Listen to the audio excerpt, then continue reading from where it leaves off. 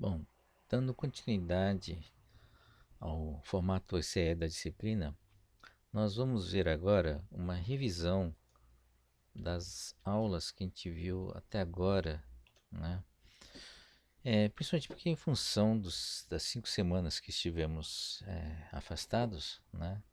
Muito das coisas, muitos dos conceitos, acredito que tenham sido perdidos, né? Nesse tempo todo. Então, gostaria de revisar esses conceitos, é um resumo rápido, né?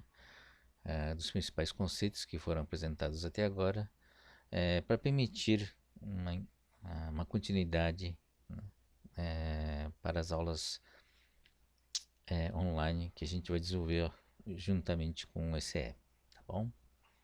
Bom, vocês lembram da pedra? Né? A gente usou a pedra como exemplo para o conceito de dado. Então, uma pedra, por exemplo, né, tem praticamente infinitos dados. Se você considerar as moléculas, os átomos que compõem a pedra, né, e considerar o histórico e a posição de cada um dos elétrons ao longo da sua existência, desde o Big Bang, por exemplo, nós temos uma quantidade tão grande de informação que podemos considerar como sendo infinitos, né? Mas, sob a perspectiva humana, né, no sentido de ter o que é relevante para o ser humano, para o nosso interesse, esses dados provavelmente não irão interessar. Né? O que a gente vai concentrar normalmente no uso prático, né, de dados que serão interessantes em relação a essa pedra. Então, a gente chama de valores relevantes, né, que têm potencial de gerar valor. Que tipo de dados ou que tipo de valores seriam esses em relação à pedra? Provavelmente alguma coisa como peso, dimensões, né, tamanho, volume, composição, né, tipo que tipo de materiais compõem essa pedra, dureza, né, resistência e assim por diante. Tá?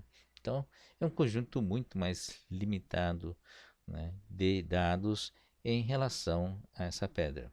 Então nós já selecionamos, né, desse conjunto enorme de dados, ou quase infinito de dados, aquilo que nos interessa.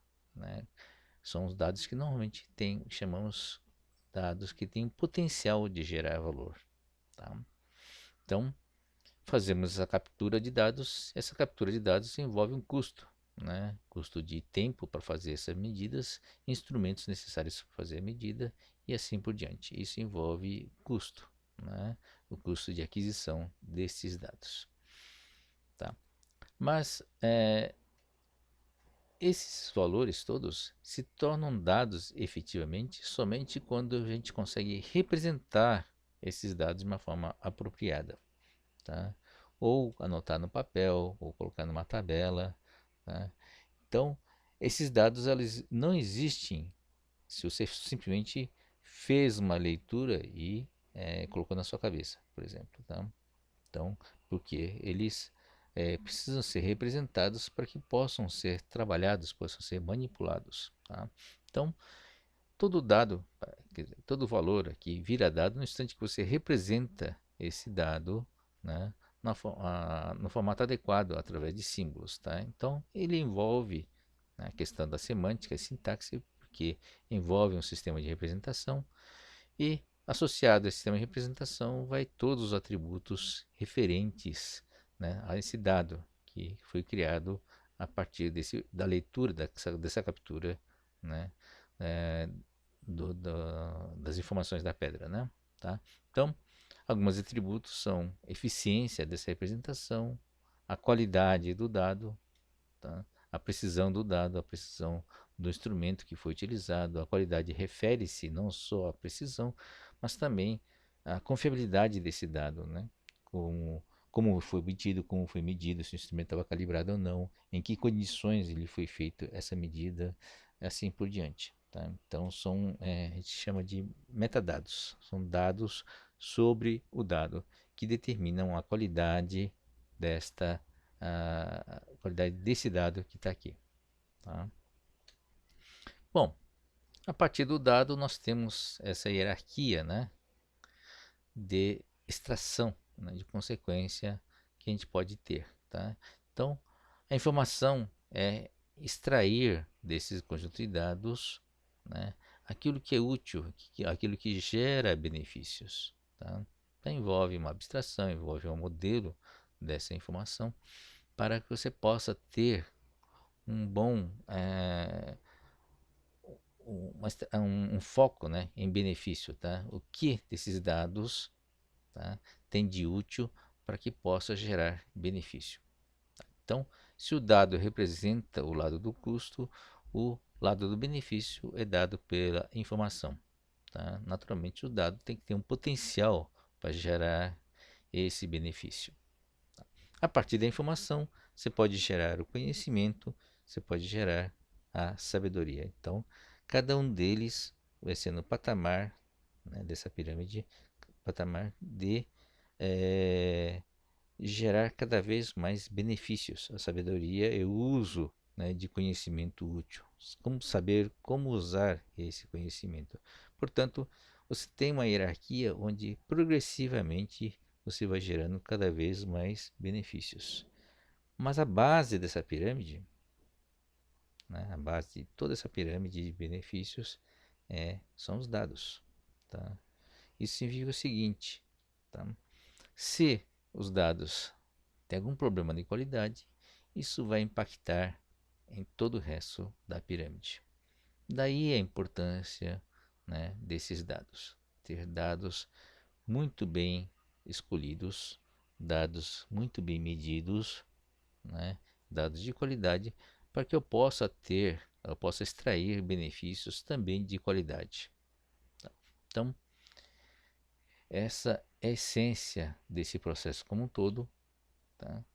E o modelo que nós apresentamos, um modelo de processamento, tá? Um modelo completo, incluindo armazenamento de dados, tá?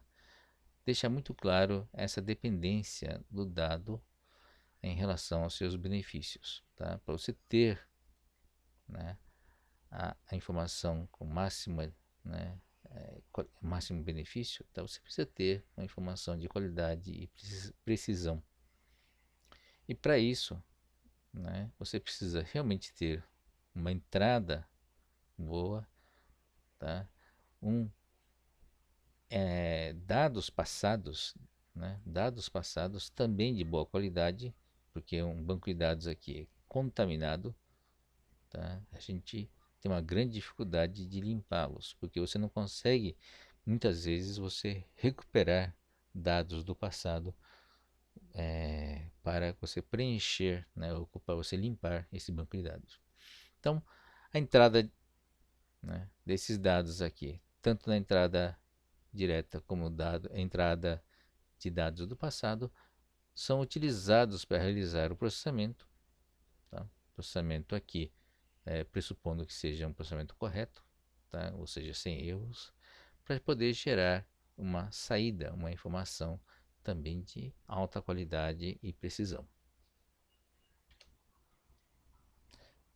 O dado envolve, portanto, a sua representação. Para que eu possa processar esses dados, ele precisa estar no formato, né? Precisa ser representado adequadamente. Então, a representação do dado vai depender do tipo do dado, naturalmente, né? Para cada tipo de dado existe uma representação adequada. Tem diversas notações e formatos em função dessa variedade, tá? Então, dados de imagem, você tem um tipo de dado, um tipo de formato, um tipo de representação. Bom, inicialmente, esses dados foram representados através de processo manual, ou seja, foram escritos à mão, né? Tá? Antes do processamento digital. Portanto, era importante que esses dados fossem fáceis de codificar e depois de decodificar, né? Leitura. Então, por exemplo, o texto, né? Então, esse aqui é um balanço que sempre vai existir. Você pode ter uma representação mais eficiente, mas normalmente isso vai implicar uma dificuldade para codificar e decodificar. Tá? Então, essa facilidade muitas vezes foi relevante, né, para a escolha do formato, né, da notação, formato utilizado para fazer essa representação, essa captura e representação. Tá? Às vezes é um processo ineficiente, mas em compensação era mais fácil de se fazer a codificação e a decodificação. Tá? O texto é um exemplo disso.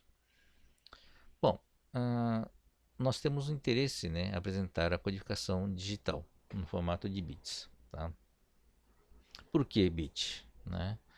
A grande vantagem do bit é, primeiro, é ser um elemento, a gente chama de elemento elementar, não, elemento básico, né, da informação.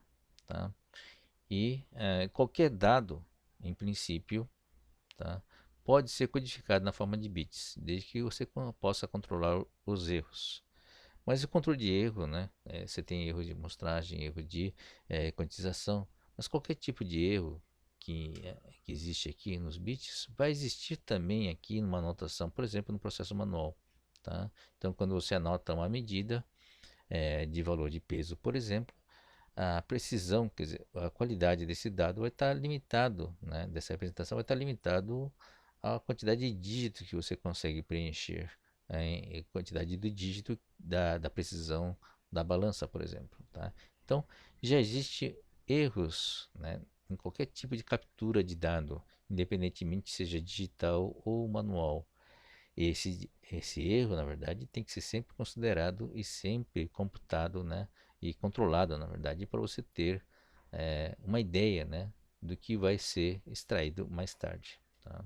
Então, a, a qualidade, 100% de qualidade, vai depender realmente também, né, pode ser 100% de qualidade, mas também entender quais são os limites da informação que foi extraído em função, né, dos erros, né, da captura inicial de dados. Bom, vantagem da codificação digital, a primeira, tá, que o bit é robusto. Nós já vimos isso, né? Tá? Então só tem dois estados possíveis, mesmo com a presença de ruído, tá? É possível você conseguir identificar, é possível ter um certo limite, claro, né, identificar o que é zero e o que é um. A segunda vantagem, e a maior de todas, né, ele permite, estando no formato binário, ele permite o uso de uma CPU, o uso de um processamento automatizado, né, para tratar esses bits. Tá? Então, aqui nós temos um hardware, nós temos um software, um programa que tem o potencial de realizar um processamento, tá, para automatizar e também para baixar o custo, né, de fazer a extração da informação a partir desse universo de dados. Tá? Então esse é o grande potencial, né, e a grande vantagem dessa codificação digital. Tá? As CPUs estão ficando cada vez mais baratos, cada vez mais poderosos e o software também. Tá? A gente não pode esquecer que o software basta fazer uma única vez. Tá? Então, a partir dessa única vez, a gente consegue replicar esse software, né, praticamente a custo zero. Bom, então vamos entrar agora com a teoria da informação de Shannon. Né? Então, dado a minha realidade, tá, onde nós temos nossas pedras, tá, vamos fazer uma captura de dados. Dentro dessa captura de dados de cada uma dessas pedras diferentes, né, escolhendo, por exemplo, o peso, né, nós temos uma faixa de valores, né, para os vários pesos existentes. Né? Então, esse é um caso onde você tem as medidas, várias medidas sendo realizadas no universo grande de pedras. Você pode fazer vários tratamentos. Uma das coisas que é feita é dividir em categorias ou dividir em faixas de valores. Tá? Porque você tem um número limitado de dígitos. Para representar esses valores todos, você divide em faixas e tem uma ocorrência, né, propriedade de ocorrência para cada uma dessas faixas de valores. Tá? Então, isso forma meu universo de símbolos, né, que vem da realidade. Então, é a realidade que vai impor essas características, né, que pretendo capturar, os valores relevantes que pretendo capturar. Tá? E esse universo de símbolos forma o que a gente chama da entropia da informação, né? A quantidade de informação desse universo, ou dessa fonte, tá? Que é determinada por essa fórmula da entropia. É a probabilidade de ocorrência, né, de cada um desses valores, tá? Nesse formato é log de 2, que é binário, tá? Probabilidade de ocorrência vezes a probabilidade de ocorrência e fazer a somatória de cada um dessa faixa de valores, tá? Isso forma uma coisa chamada quantidade de informação e forma também o nosso espaço do símbolo dessa fonte S, tá? Fonte S, que é a fonte amarrada à realidade. A codificação, portanto, é um processo onde eu pego, né, esse universo eh, de valores diferentes e transformo em dado. Transformar em dado significa que eu tenho que pegar cada um desses símbolos, cada um desses elementos que existem, né, valores, né, que existem nesse universo, né, dessa fonte, e convertê-lo em um código, né, em um valor registrado, representado através de um processo, um sistema de codificação que contenha, né, uma atribuição de um código a cada símbolo, ou seja, vai envolver a semântica e naturalmente a sintaxe, que são as regras para compor, né, esse conjunto de símbolos, esse conjunto de códigos. Tá? Bom, uma vez feito essa codificação, né, a codificação é um processo já artificial, né, ele vai gerar uma coisa chamada espaço do código. Tá? Então, nós temos uma variedade de códigos que podem ser utilizados, vai depender realmente da necessidade do uso, é um balanço adequado entre esses valores que eu tenho que representar e o uso que eu vou fazer destes dados. Tá? Então, podem ser de tamanho fixo ou ter tamanho variável, né? Os códigos podem ter essa variação, podem seguir alguns padrões e normas ou podem não seguir. Tá? Existem padrões justamente para facilitar esse processo de codificação. Um padrão comum para a conversão digital é o uso da tabela ASCII para codificação de texto, por exemplo. Né? Bom, todos esses elementos do código, né, ah, permitem definir uma coisa chamada o tamanho médio da palavra código. O que vem a ser isso, né? Então, significa que dá para definir uma coisa chamada espaço de código, tá? A partir de cada um, né, dos códigos escolhidos. Ou seja, existe uma relação entre um código para cada símbolo e cada símbolo tem uma probabilidade de ocorrência. Tá? Então, quando você pega o tamanho, L é o tamanho desse código, em bits no caso, tá? E a probabilidade de ocorrência desse código, que é exatamente igual à mesma probabilidade de ocorrência do símbolo associado a esse código, a gente faz uma somatória, tá? E nós temos uma coisa chamada tamanho médio da palavra código, tá? Que vai resultar no espaço de código. Tá? Então nós temos uma coisa chamada espaço de símbolos, que isso aqui é amarrado à fonte, tá? Amarrada à realidade, tá? E uma coisa chamada espaço de código que nós desenvolvemos, né, para incorporar esse espaço de símbolos aqui dentro.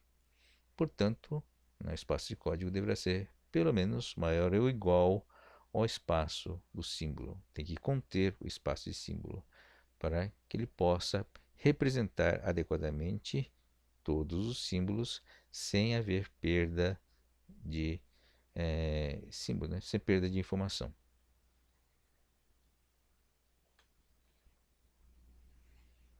Eficiência e codificação é justamente essa relação entre espaço de código e espaço de símbolo. Tá? Então, o espaço de símbolo está aqui e aqui o espaço de código. Tá? Essa relação determina a eficiência. A máxima eficiência é quando os dois são iguais. Tá? Ou seja, o espaço de símbolo é exatamente igual ao espaço de código. Bom, é possível criar esse código super eficiente? Sim, né?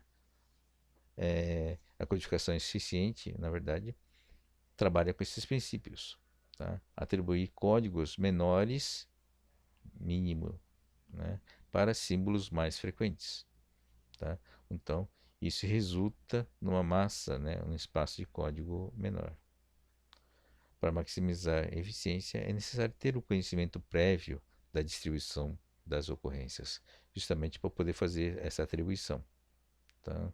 Então, para eu saber se os símbolos, quais são os símbolos mais frequentes, eu precisaria ter, né, a distribuição das ocorrências. Na codificação binária, né, como qualquer valor pode ser representado por bits, podemos desenvolver, né, aliás, temos, né, algoritmos, codificações próprias para essa codificação binária. Esses são os principais que nós citamos em aula: o run length, que é fixo, tamanho fixo, e temos esses dois de tamanho variável, que é baseado em árvore de decisão. Tá? No caso, é uma árvore de decisão binária por ser uma codificação binária. Tá? Nós temos o Shannon-Fanon. Não vamos reproduzir aqui o algoritmo, né? O algoritmo está nas transparências. Mas nós temos o Shannon-Fanon, que é quase ótimo, e o Huffman, né? Que a gente viu que consegue codificar com a máxima eficiência, consegue atingir a eficiência 1.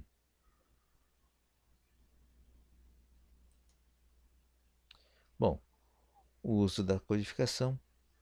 Os símbolos codificados por bits podem receber bits adicionais destinados à detecção de erros e correção de erros. Quer dizer, nós temos aqui um sistema de codificação que pode ser eficiente, com eficiência máxima, tá? No caso da codificação binária, nós temos esses algoritmos aqui que aproximam bastante, né, aproximam bastante no caso do Shannon-Fanon, e a codificação máxima, né, que é a eficiência máxima no caso do Huffman, tá? Mas nós podemos adicionar a esse código, a codificação, bits adicionais destinados a proteger, né, os dados codificados. Tá? Então, através dessas técnicas de detecção de erros e correção de erros, são acrescentados bits redundantes, quer dizer, ele não contém informação, mas são bits que permitem, através da sua redundância, facilitar ou detectar essas características, né? Facilitar não, é permitir a detecção de erros e permitir também a correção dos erros, né? Então, apesar do bit ser robusto, existe a possibilidade de haver uma virada, ou seja, o 0 virar 1 e o 1 virar 0. Tá? Então, afinal de contas, o bit existe, não é uma abstração que existe de uma forma abstrata. Os bits existem efetivamente no mundo real. Tá? Então, por existir no mundo real, estão sujeitos às condições reais que podem gerar ruídos, que podem gerar alteração do estado desses bits.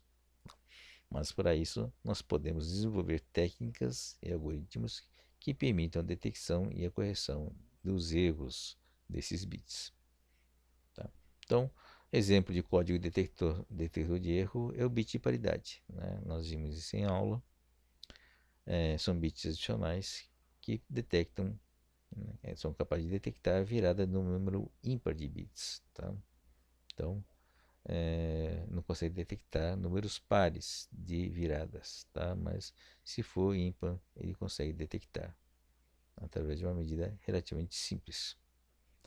Código corretor de erro, nós temos dois exemplos, que é a paridade, a composição das paridades horizontal e vertical, que permitem, que, através do cruzamento, não só detectar o erro, como também localizar, né, dar a coordenada do bit que tem erro. E outro é o código de Hamming, que a gente viu o algoritmo em detalhes durante a aula, né? É um algoritmo que distribui os bits de paridade de uma forma, né, inteligente, tá? Para manter uma distância de código uniforme entre os códigos e também, né, permitir, através dessa combinação, dar a localização do bit onde ocorreu o erro. Tá? Claro que você consegue detectar somente o único bit errado. Tá? Bom, chegamos no item importante que é a compressão. Tá? Então, o que vem a ser a compressão? A compressão de dados, né, ocorre porque muitas vezes a gente viu nas transferências anteriores, tá? Muitas vezes o importante aqui no processo de captura, tá, é ter uma facilidade, né, de codificação. Às vezes você não tem tempo, ou às vezes você tem um custo muito elevado no processo de captura, portanto, o objetivo é fazer essa captura mais fácil e mais simples possível. Então, você acaba se apoiando no registro, né, de valores que estão aqui, focado na facilidade de codificar esses valores. Tá? Então, com isso, você acaba gerando um arquivo inicial com esses registros, um arquivo muito ineficiente, ou seja, com muita redundância, tá? E com muita ineficiência. Então, o que é uma compressão de dados? É pegar esses dados registrados de uma forma ineficiente e compactá-los, né, eliminando as redundâncias e tornando o arquivo final menor e mais eficiente. Tá? Então, o processo de compressão envolve analisar esses símbolos existentes, símbolos ou códigos, né, existentes dentro deles, fazendo o levantamento das suas frequências, o seu histograma das frequências, tá? Quer dizer, é um reflexo realmente da fonte, é reflexo da realidade. Tá? É uma outra possibilidade, ou uma técnica, aliás, pode ser uma combinação dessas duas possibilidades, reduzir a variação dinâmica, né, dessa codificação, porque muitas vezes, ao registrar os valores absolutos, tá, pode, em vez de registrar valores absolutos, você pode registrar a diferença, né, entre os valores existentes para reduzir a faixa dinâmica, a faixa de variação desses valores. Então, enfim, após esse conjunto de análises, você pode fazer uma recodificação atribuindo, né, códigos menores, né, ou seja, não usar, muitas vezes você usa codificação em tamanho fixo aqui, que é ineficiente, mas é fácil, facilita a sua codificação e decodificação, mas aqui, ao compactar, né, ao fazer a compressão, recodificar atribuindo códigos menores, tá, aos códigos ou símbolos mais frequentes. Tá? Então, o objetivo final então é a compressão, eliminar as redundâncias e tentar maximizar a eficiência da codificação. Tá? Principais tipos de compressão. Tá? Nós temos compressões sem perda e compressões com perda. A compressões sem perda é um conjunto dessas técnicas aqui, cujo objetivo é comprimir, mas nessa compressão, nessa redução de quantidade de dados, você não perder nenhum dado, tá? Ou nenhuma característica, né, daqueles valores que foram registrados. Tá? Na compressão com perda, tá, há realmente um balanceamento do tipo quanto que eu posso perder de dados, tá, sem perder a qualidade, quanto que eu posso descartar de alguns dados, né, ou de uma faixa de variação desses dados, de forma a ganhar grandemente, né, na compressão, no tamanho final. Tá? Então, às vezes, uma perda pequena de qualidade permite um ganho muito grande, né, na compressão. Você consegue compressões às vezes de 1 para 10, ou seja, arquivos 10 vezes menores, com a perda significativamente pequena, né, em termos qualitativos.